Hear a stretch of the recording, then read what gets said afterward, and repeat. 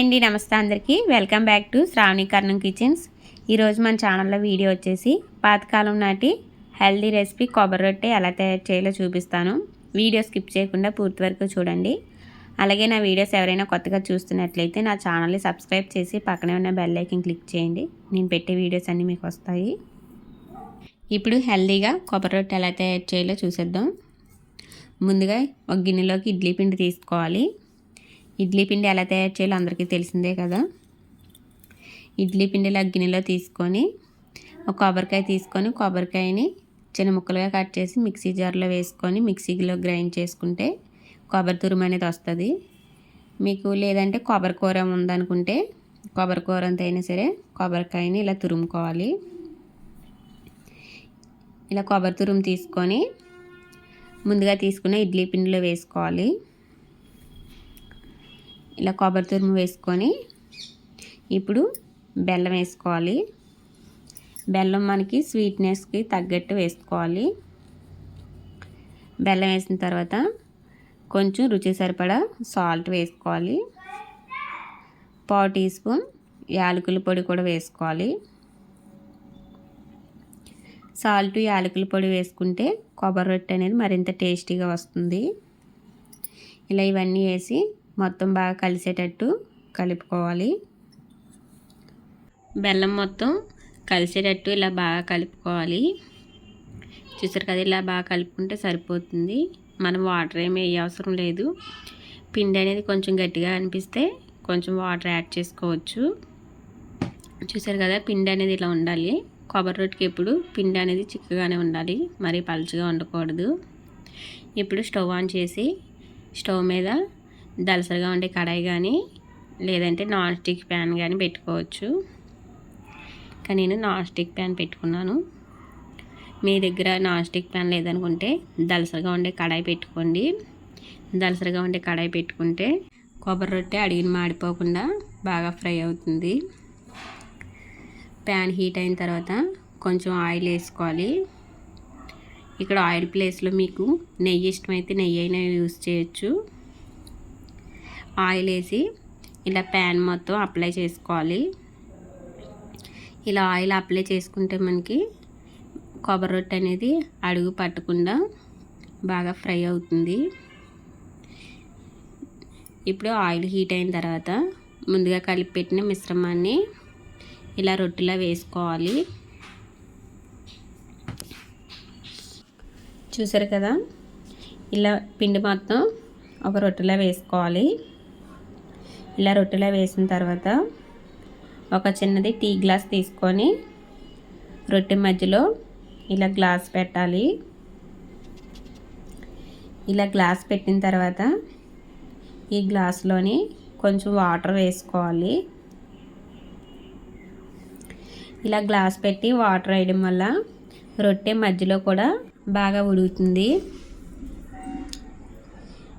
ఇలా గ్లాస్ పెట్టి వాటర్ వేస్తే రొట్టె అనేది మధ్యలో బాగా ఉడికి క్రిస్పీగా చాలా టేస్టీగా బాగా వస్తుంది.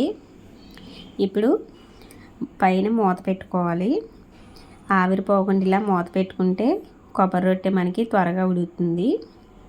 ఇక్కడ మీరు రొట్టె ఉడికించేటప్పుడు స్టవ్ మంటను సిమ్లో పెట్టుకొని ఉడికించుకోవాలి. హైలో పెట్టి ఉడికిస్తే రొట్టె అనేది మాడిపోయి లోపల మధ్యలో అనేది సరిగ్గా ఉడకదు. మంటను సిమ్లో పెట్టుకొని పైన మూత పెట్టి ఇలా ఉడికించుకోవాలి. ఒక 10 to 15 మినిట్స్ అయినా మంటను సిమ్లో పెట్టి ఉడికించుకోవాలి. ఇలా మధ్య మధ్యలో మూత తీసి రొట్టె ఉడికిందో లేదో చెక్ చేసుకోవాలి. ఇలా చూడడం వల్ల మనకి రొట్టె అనేది మాడిపోకుండా ఎలా ఉడుకుతుంది అనేది తెలుస్తుంది. చూసారు కదా, ఇలా మళ్ళీ ఒకసారి మూత పెట్టుకొని బాగా ఉడికించుకోవాలి. ఇలా ఒక 10 మినిట్స్ అయిన తర్వాత చూస్తే రొట్టె అనేది కొంచెం బాగా ఉడికింది. ఇప్పుడు వాటర్ అనేది తీసుకోవాలి. ఈ వాటర్ని సపరేట్ చేసుకొని రొట్టెని మిగతా సైడ్ వేసుకోవాలి. చూసారు కదా, రొట్టె అనేది ఒక 80% వరకు ఉడికింది. ఇప్పుడు రొట్టెని మిగతా సైడ్ వేసుకొని మిగతా 20% బాగా ఉడికించుకుంటే సరిపోతుంది. చూసారు కదా, ఏమీ పెద్దగా అంటుకోలేదు, కొంచెం బాగానే ఉడికింది. ఇప్పుడు అంచుల చుట్టూ ఇలా అనుకొని మొత్తం అంచులన్నీ ఇలా కొంచెం ఇలా అనుకుంటే మనకి రొట్టె అనేది విరిగిపోకుండా మిగతా సైడ్ కూడా బాగా తిప్పడానికి అవుతుంది. చూసారు కదా, రొట్టె అనేది ఇలా మిగతా సైడ్ కూడా వేసుకోవాలి. ఇలా వేసిన తర్వాత మూత ఏమి పెట్టకుండా ఒక 5 మినిట్స్ బాగా ఫ్రై చేసుకోవాలి.